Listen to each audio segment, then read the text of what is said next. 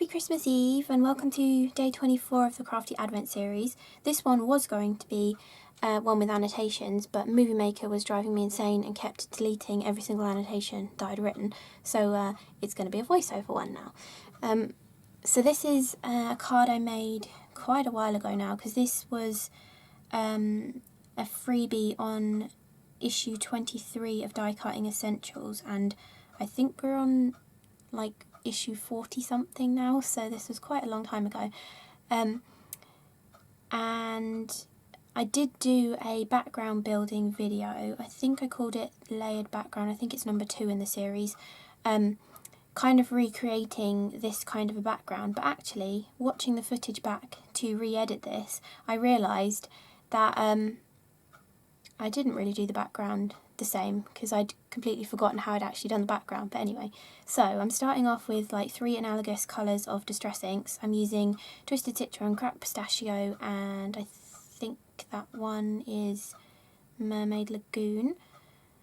And then I've literally swiped them onto the card at a diagonal and then taken my ink blending tool and smudged it out a little bit, so it's not as harsh as just my usual ink pad swiping technique. But you've got that kind of blended look, but it's more in a diagonal pattern across the card. Then I've taken another one of the dies from that Freshwater die set, it's a dragonfly, and cut it out of a little piece of funky foam and then stuck it to an acrylic block.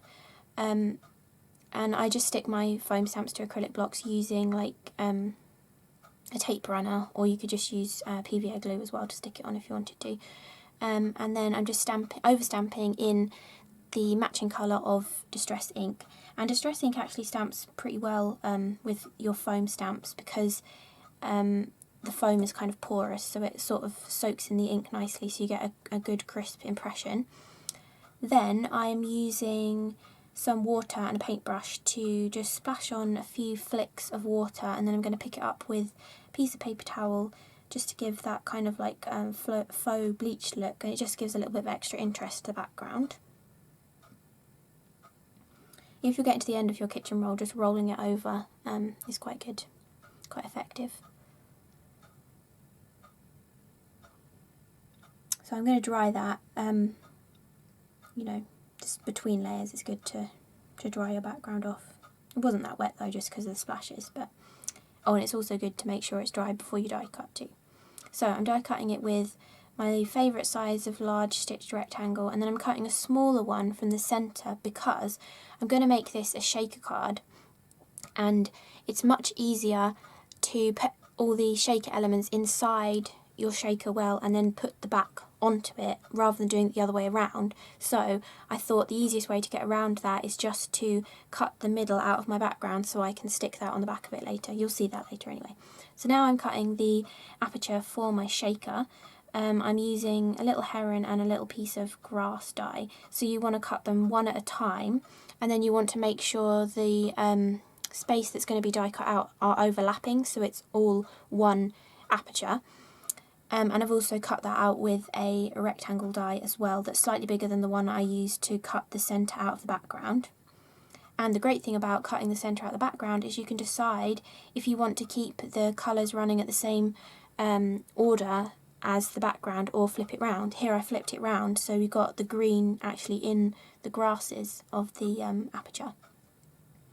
So for a shaker, you want to stick your acetate over the back of the aperture. I like to use glue. Some people say you're supposed to use double-sided tape, but I find glue is always better for acetate, and just make sure you don't put too much so it doesn't squidge out. And then I'm going to leave that to dry, and I will come back to that later. So to add some more interest to the background, I'm using this Thanks for Everything stamp. It's a Crafter's Companion one. It was like one of their stamp and die sets that you're supposed to use with their little diamond die cutting machine. And I'm just using the same colours of Distress inks just to overstamp and give just some extra interest to the background.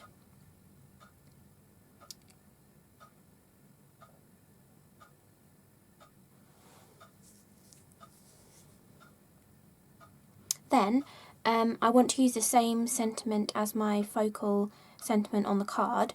I do this twice actually. I just first decided to stamp it all in one colour, but then thought that was going to be too blocky, so I added the green back over the top, but I thought the colours weren't matching enough to the background because they were sort of overlapping and mixing into a new colour. So I then decided to just ombre stamp the sentiment. So I'm just inking up the bottom of the wording with my darkest colour, which was the Mermaid Lagoon, and then trying to ink up this more middle section with the cracked pistachio, and then I'm going in the top with the twisted citron, and using a misty like I am here, or the Tim Holtz stamping platform or something, really helps with that. It's pretty much the only way you can do it, and it just makes it so easy as well. And then I'm just going to use my paper trimmer, or you could use scissors, to trim down that into a sort of a large banner with a slightly diagonal end to it. So I wanted to add a little bit more stuff to the background, and I just got Distress Crayons. So I'm picking out the exact same colours of Distress Crayons, which is the Twisted Citron, the Cracked Pistachio and the Mermaid Lagoon, and then I'm just cutting up a couple of small pieces of cut and dry foam, and then I'm using this lattice or Moroccan-y kind of stencil from That Special Touch, and I'm just picking up the Distress Crayon into the piece of cut and dry foam, and then rubbing it through the openings just to give some extra pattern to the background. The thing about Distress Crayons is you have to apply them with friction to get them to move. So adding them to your glass mat and applying them with a piece of cut and dry foam or a mini ink blending tool is a great way to use them for that kind of thing, and it also means they're going to be permanent as well. So now I'm spraying that same stencil with water and then flipping it over and pressing on to sort of get the negative effect of that pattern onto the background as well. And because we did the original stenciling with the Distress Crayons, they're not going to move when I do that, so you're not going to disturb that patterning, you're just going to get some extra patterning behind it. I know it's quite a lot of steps to create a background, and I still add to it more, but I love making backgrounds so much. They're just my favourite part of a card. You might as well go to town on them and have fun. So now I'm using some gilding polish and I think this is just called Damask, this one. It's also from That Special Touch.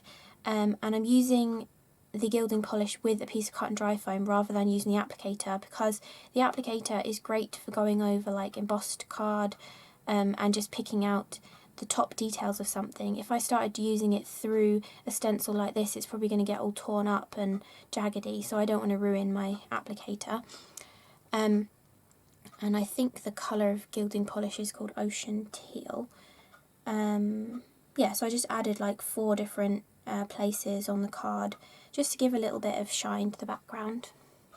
So to finish the shaker element, I'm just using foam tape and foam pads to create a kind of well around that heron shape, making sure that nothing can escape from it. Then I just use some anti-static tool just to make sure the confetti that I put in it isn't going to static to the acetate and not shake around properly. Then, yeah, the confetti that I'm using is Martha Stewart confetti, but I think it's called glitter. I think I was using the hearts version, but there's heart and stars in the pack that I got. And then I've tipped in some microbeads. I tend to get my microbeads from Poundland, but Cosmic Shimmer do some as well. And I've got them from the Works before too. They don't come in the set I was just using. I've just decanted them into that little set of boxes. And then obviously to finish the shaker off, you peel off the backing of the foam and then just stick on that backing piece that we cut out of our background earlier. I thought the sentiment needed to stand out a bit more, so I'm taking the same gilding polish and just applying it to the edge of a piece of card that's bigger than that sentiment, and then I'm going to buff it up, and then I'll just stick the sentiment over the top and trim around it so you get a nice little metallic edge to the sentiment, and just helps it stand out from the card as well. And again, I'm using a nice long bladed pair of scissors. These are the Tim Holtz shears from Tonic.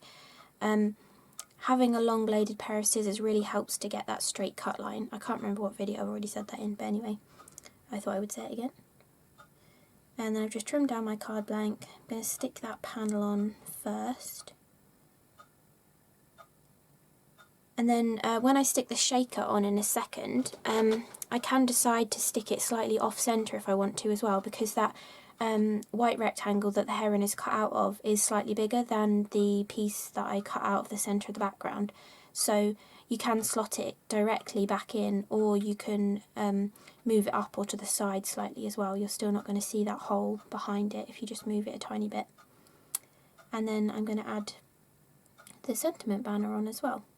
Just making sure I only add foam tape to the areas that are going to be stuck onto the actual card. Then for the final finishing touch, I'm just going to add a scattering of about 5 pre-made Nouveau crystal drops, and this colour's Sunlit Meadow.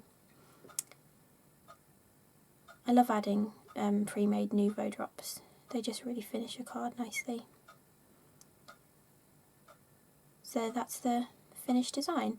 A really kind of complicated layered background, and sort of the narration behind how to make a shaker as well. So I hope you enjoyed today's video, and I'll see you tomorrow for Christmas video. Thank you for watching, bye!